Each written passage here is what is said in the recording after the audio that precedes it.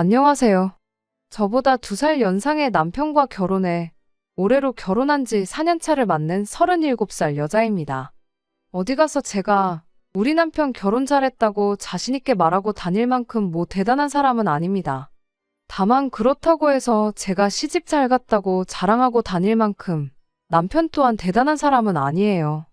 남편이 이름만 들어도 다 아는 대기업을 다니고 있고 남부러울 것 없는 고액의 연봉 받으며 일하고 있는 건 사실이지만 결혼 이야기 처음 나왔을 때만 해도 이 결혼에 그렇다 할 확신이 없었어요.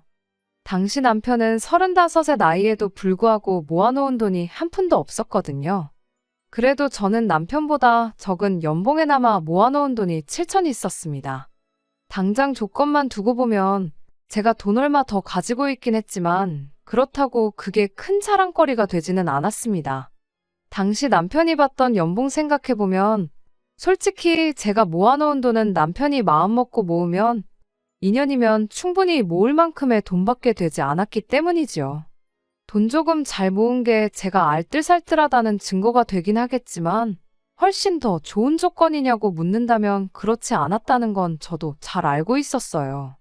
거기에 남편 벌이가 저보다 훨씬 좋았다 보니 결혼하게 된다면 신혼집은 남편 출퇴근하기 좋은 곳으로 구하는 게 맞다고 생각했어요. 하지만 그렇게 되면 제가 대중교통으로 출퇴근하기에 저희 회사가 너무 먼 거리에 있다는 게 문제였습니다. 그래서 결혼을 하게 된다면 제가 직장을 그만두는 쪽으로 이야기가 되고 있었죠.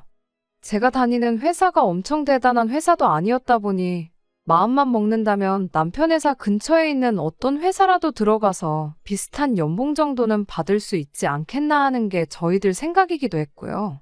남편이 그 많은 연봉을 받으면서도 모아놓은 돈이 한 푼도 없었던 데에는 이유가 있었습니다.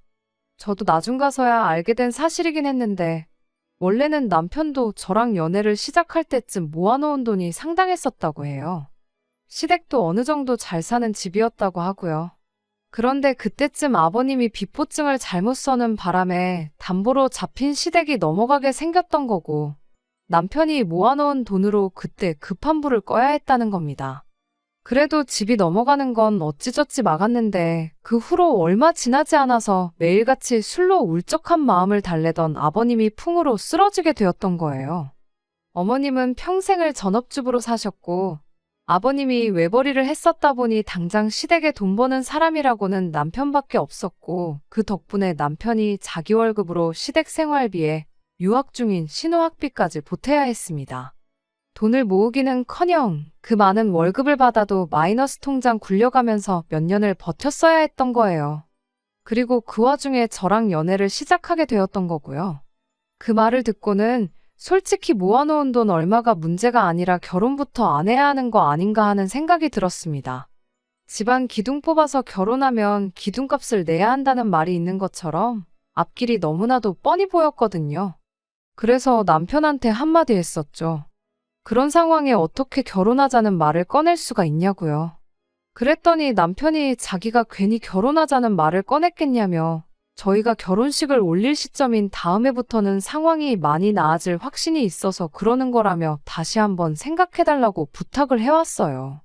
유학 중이었던 신우의 공부가 거의 막바지에 이르렀었고 취직 자리도 결정되었다 보니 앞으로 신우한테 돈을 보탤 일은 없어진 상황이었답니다.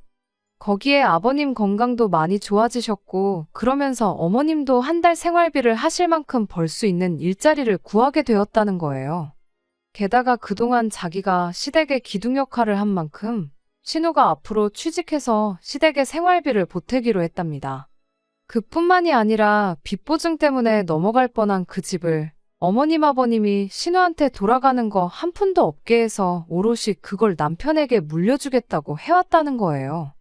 그러니까 여지껏 자기가 시댁에 퍼줬던 걸 전부 아니 그 이상으로 돌려받게 되는 거나 마찬가지라며 당장 돈 얼마 없는 건 전혀 중요한 게 아니라면서 저보고 꼭 결혼에 대해서 긍정적으로 생각해달라고 부탁을 해왔습니다.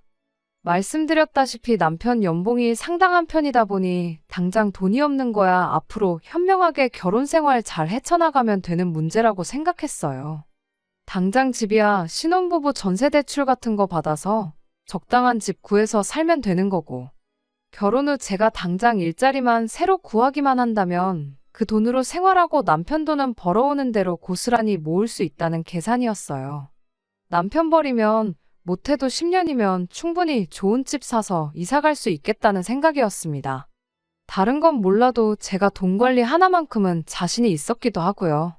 시부모님 또한 그간 남편에게 신세를 진 데에 대해서 미안한 마음을 가지고 있었고, 신우 또한 그동안 오빠 도움으로 공부를 끝낼 수 있었던 만큼 이제 부모님 노후는 자기가 책임질 테니 걱정 말라는 말을 해왔기 때문에 그 말만 믿고 결국 저는 남편과 결혼 준비를 시작하게 되었습니다.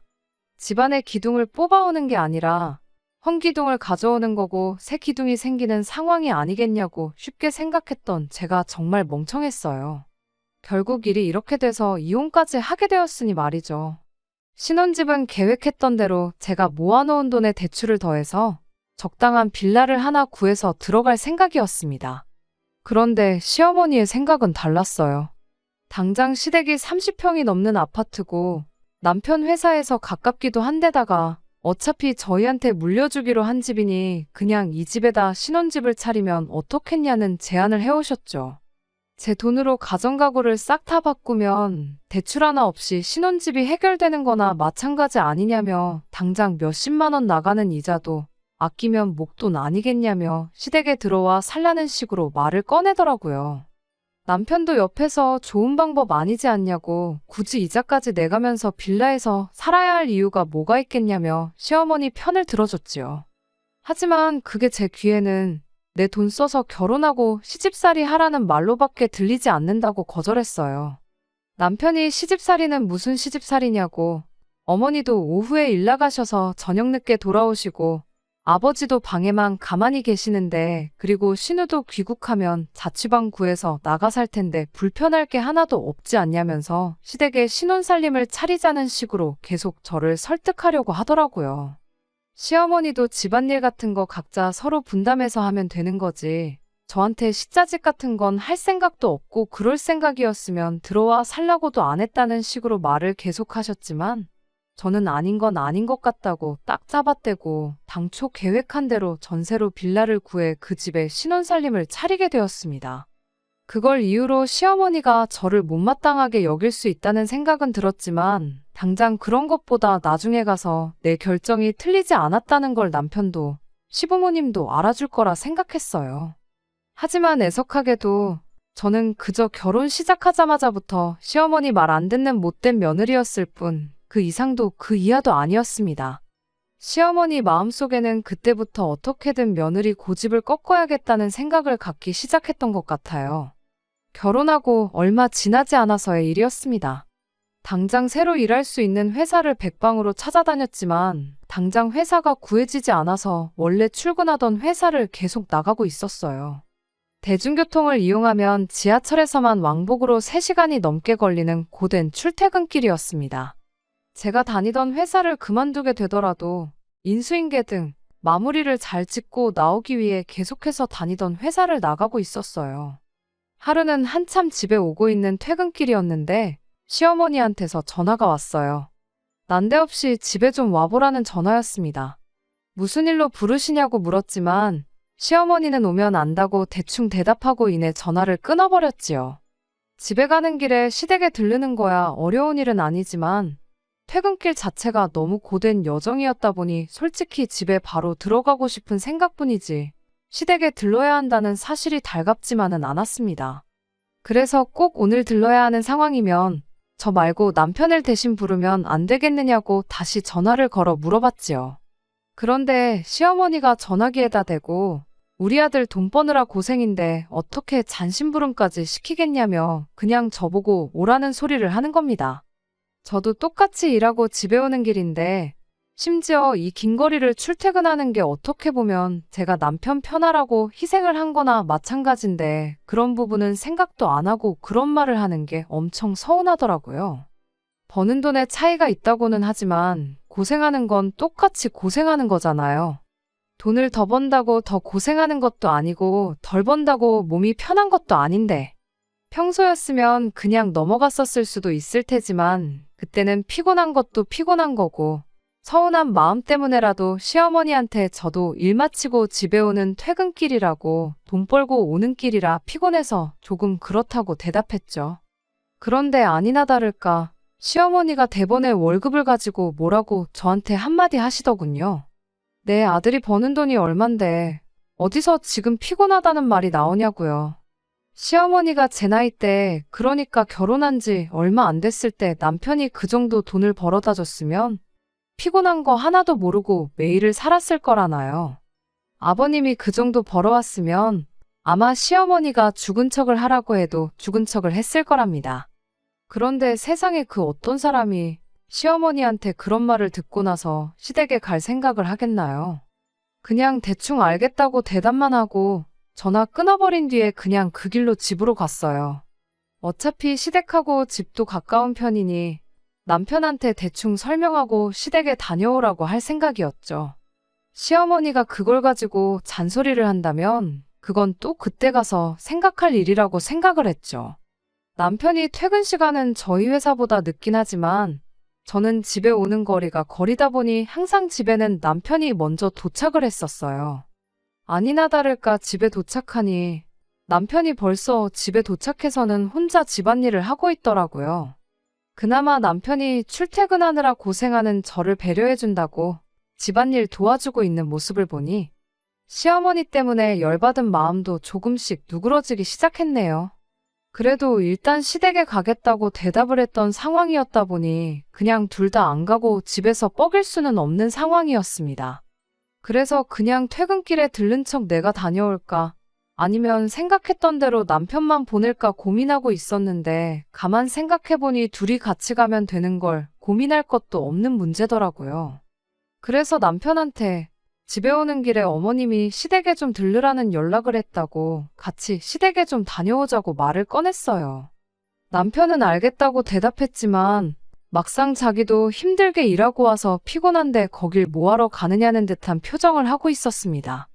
그래도 남편도 저한테 그냥 너 혼자 다녀오면 안 되냐고 묻기가 그랬나 봐요.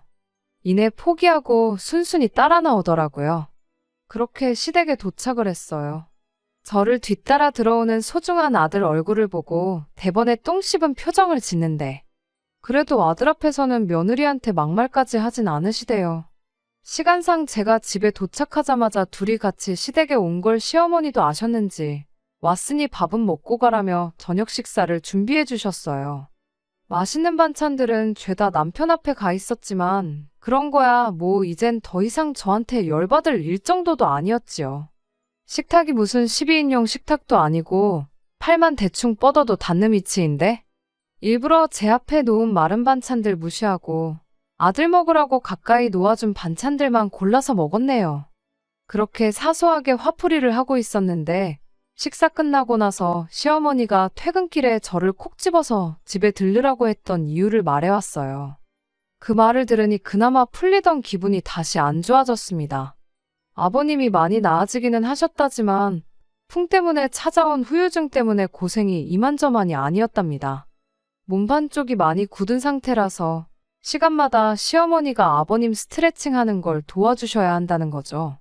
그런데 그것도 나이 먹고 하려고 하니까 아주 못할 짓이라며 아침이랑 주말에는 당신이 책임질 테니 저는 퇴근길에 항상 시댁에 들러서 아버님 스트레칭 하는 걸 도와주라고 그 소리를 하려고 불렀다는 거예요. 원래 보통 잠들기 전에 스트레칭을 해주고 있기는 한데 밤10시에 며느리를 오라가라 할 수는 없으니 퇴근길에라도 들러서 하고 가라는 소리였죠. 보통 제가 집에 도착하면 저녁 7시에서 8시 사이였거든요. 그러면 딱 시간이 적당하다고 하는 소리였던 거예요. 솔직히 열받는 것도 열받는 거지만 그때 든 생각은 시어머니가 지금 제정신인가 멀쩡한 정신머리로 저런 소리를 아무렇지도 할 수 있는 건가 싶었습니다. 그래서 대번에 그걸 왜 저한테 시키시냐고 따져 물었죠. 그게 시아버지가 아니라 친정아버지셨어도 차라리 간병인을 쓰시라고 말했지 그렇게는 못하겠다고 대답했을 거라고요. 아니, 애초에 저희 부모님이셨다면 저한테 그런 부탁도 하지 않으셨겠죠. 그만큼 간병이라는 게 자식한테도 하기 힘든 부탁인데 며느리한테도 쉽게 꺼낼 말은 아니잖아요. 그런데 시어머니는 거기다 대고 저한테 한다는 소리가 간병인 쓰는 것도 다 돈인데 그 돈을 네가 내줄 거냐며 오히려 저한테 한 소리를 하는 겁니다. 돈 내주면 간병인을 쓰겠다고 당당하게 한마디 하길래 그 돈도 당연히 내드릴 생각 없다고 딱 잘라 거절을 했죠. 그랬더니 그럼 제 월급으로 당신들 생활비를 보태라시네요. 당신이 버는 돈으로 간병인을 부르면 되겠다면서요. 그거나 다른 걸 몰라서 그런 말을 하는 건가 싶었어요. 한마디로 어이가 없었죠. 그렇게 옥신각신하고 있는데 시어머니가 저한테 또 말 한마디 툭 던지더군요. 네가 밖에서 벌어봐야 얼마나 번다고. 내 아들이 벌어다 주는 돈이 네 월급이다 생각하고 저보고 시아버지 병수발을 들라고요. 내가 뭐 너한테 대단한 거 시키냐고. 하루 종일 시댁 와서 종노릇하라는 것도 아니고 잠깐 30분도 안 걸리는 스트레칭 한번 도와달라는 건데 그게 뭐가 어려워서 이렇게 비싸게 구냐는 겁니다. 말 맞다나 제가 엄청나게 버는 건 아니지만 그래도 대한민국 평균 정도는 버는데 그걸 포기하면서까지 아버님 병수발을 들어야 할 이유를 모르겠다고. 생활비도 드릴 생각 없고 간병인 비용도 대신 내드릴 생각 없으니 그렇게 아시라고 한마디 말하고 자리에서 일어났어요. 남편이 어영부영 난감해하다가 그래도 저를 따라 자리에서 일어나더군요. 그 난감한 표정이 이 상황이 불편하기만 해서 그런 건지 누구 편을 들어야 할지 몰라서 그러는 건지 싶었지만 그래도 그 와중에 가족들 편 들지 않고 저를 따라 일어나주는 게 한편으론 고맙기까지 했네요. 저희가 자리에서 일어나자마자 시어머니가 한마디를 더 꺼내더군요. 너 이 아파트 갖기 싫으냐고요. 무슨 소리를 하는 건가 했더니 결혼 전 아들 돈으로 넘어갈 뻔한 집 막았던 거 고맙다고. 나중에 유산으로 물려주기로 했다는 그 말을 철회하겠다는 소리였습니다. 이 집을 팔아서 노후 자금을 해먹던 간병인을 쓰던 아버님을 요양원을 보내던 니들 손에 땡전 한 푼 안 돌아가게 하겠다며 겁을 주시는데 유산을 무기로 협박을 하면 제가 눈 하나 깜빡할 줄 알았나 봐요. 생각하고 말 것도 없었지요. 요즘 뭐 100세 시대라는데 100년 꼬박 채우시지 않겠지만 못해도 20년, 30년을 집 하나 물려받겠다고 시댁 종노릇하면서 사는 것보다 그냥 포기하는 게 더 낫지 않겠나요? 재벌이가 별 볼 일 없다 한들 20년, 30년 시댁 종노릇하면서 살아야 할 그 시간에 돈을 벌어서 모으면 아파트 한 채 못 살 것도 없잖아요. 애초에 남편 아니었으면 당신들 수중에 있을 집도 아니었는데 내준 돈 돌려받는 거나 마찬가지인 걸 가지고 뜻대로 안 풀리니 그걸 주네 안 주네 하고 있는 게 너무 치사하게 느껴졌어요. 그리고 모르긴 몰라도 이런 식으로 저를 부려먹는 게 이게 마지막은 아니겠다 싶었죠. 무슨 일로든 간에 저를 뜻대로 부려먹기 위한 무기처럼 사용하실 게 뻔한데 그냥 이참에 이 집은 관심도 없으니 알아서 하시라고 못을 박는 게 더 낫겠다 싶어서 뜻이 그러시면 그렇게 하시라 한마디 하고 시댁을 뛰쳐나왔습니다. 집에 오는 길 내내 남편은 옆에서 그래도 내가 어떻게 살려놓은 집인데 포기하기는 조금 아깝지 않냐고 궁시렁대기 시작했어요.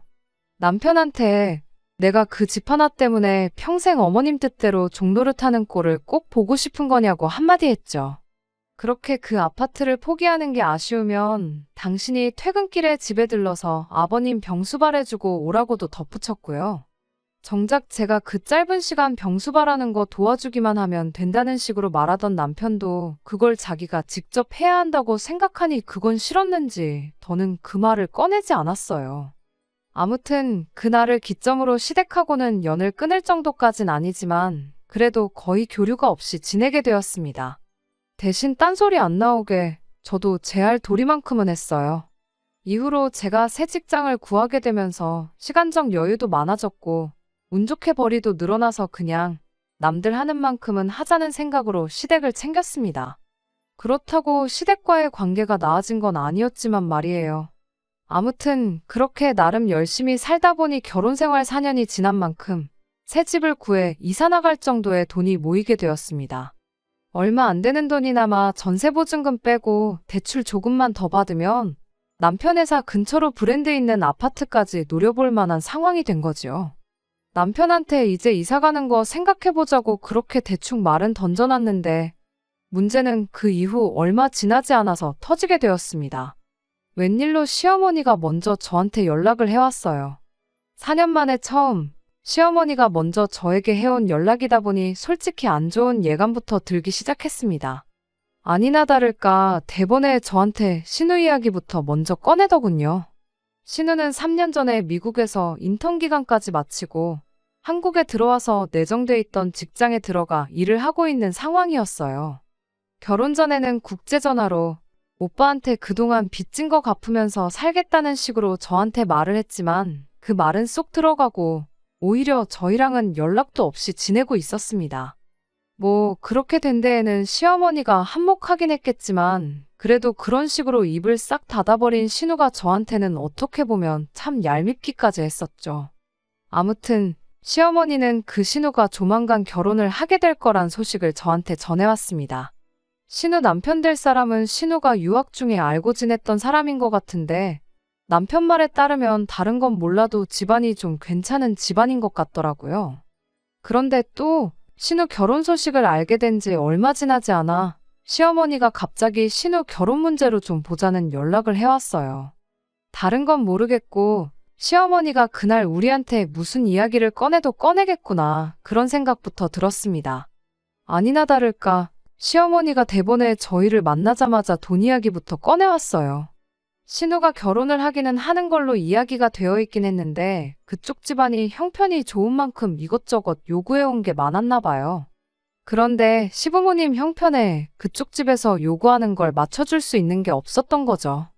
그러니 저희가 경제적으로 신우를 좀 도와줬으면 싶나 보더라고요.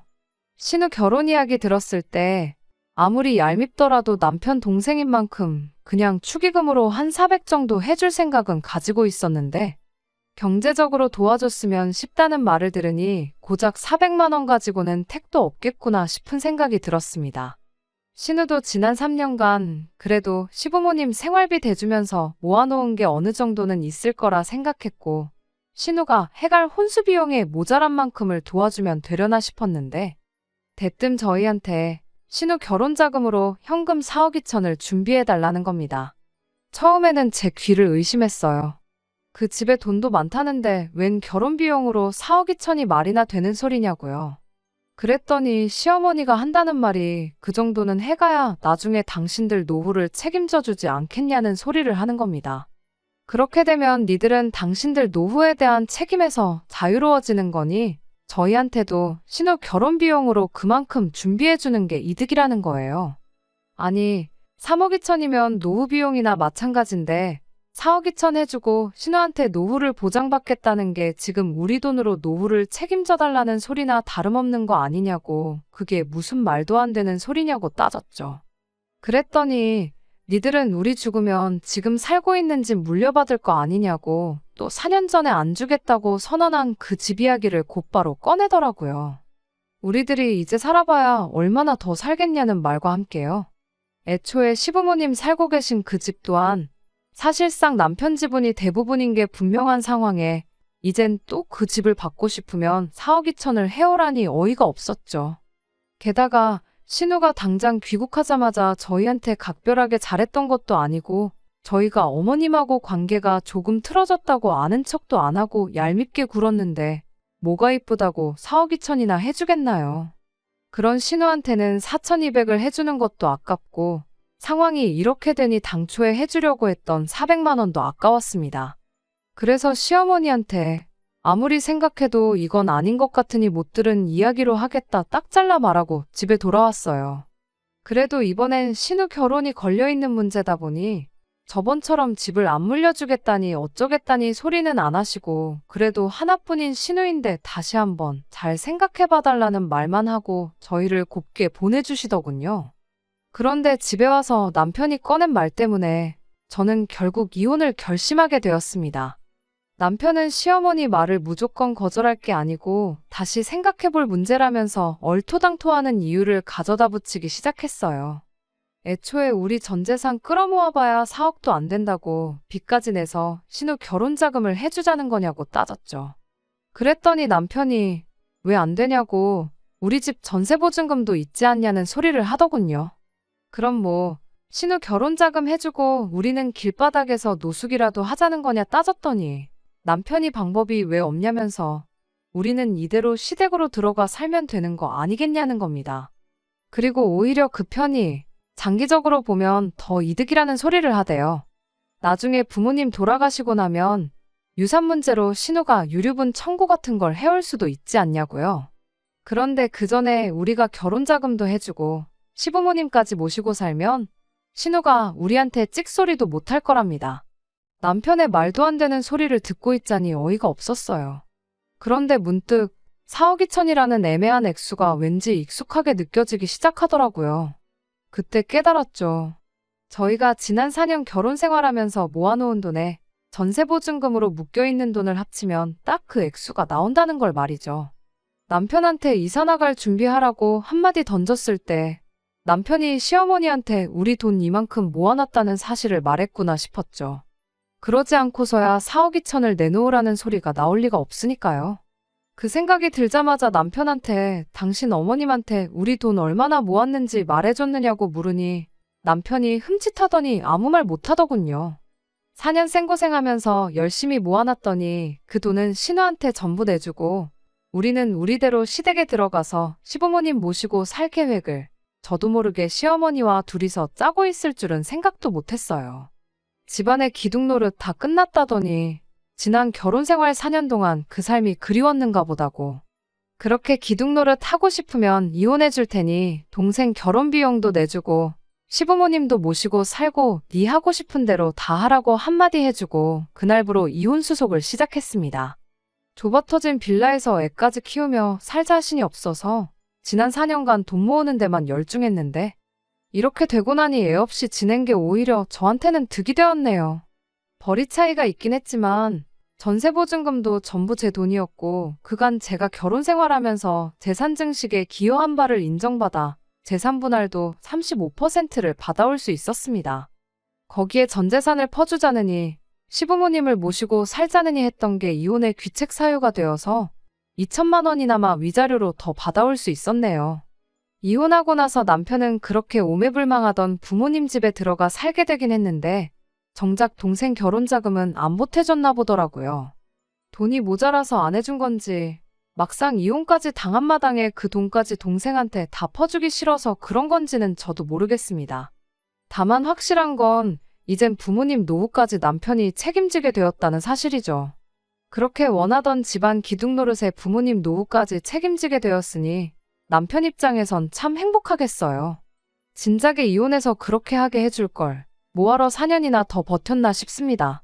요즘 이혼한 게 뭐 흠이나 되냐고들 하지만 사실 이혼 당사자인 제 입장에서는 37 나이로 부담스러운 꼬리표이긴 합니다. 어디 가서 자랑할 만한 건덕지도 못 되고요. 그래도 이렇게 새 출발을 할 수 있게 된 부분에 대해서는 천만다행으로 여기고 살려고요. 괜한 욕심부리다가 저 같은 좋은 아내이자 좋은 며느리를 놓치게 된 집구석에게 해줄 수 있는 최선의 복수는 이혼하기 전에 저보다 지금의 제가, 미래의 제가 더 행복하게 지내는 방법 말고는 없잖아요?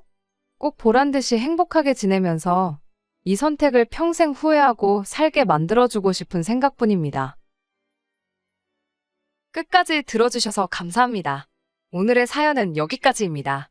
구독과 좋아요, 알람 설정 부탁드리고 더 좋은 사연으로 다시 찾아뵙겠습니다. 감사합니다.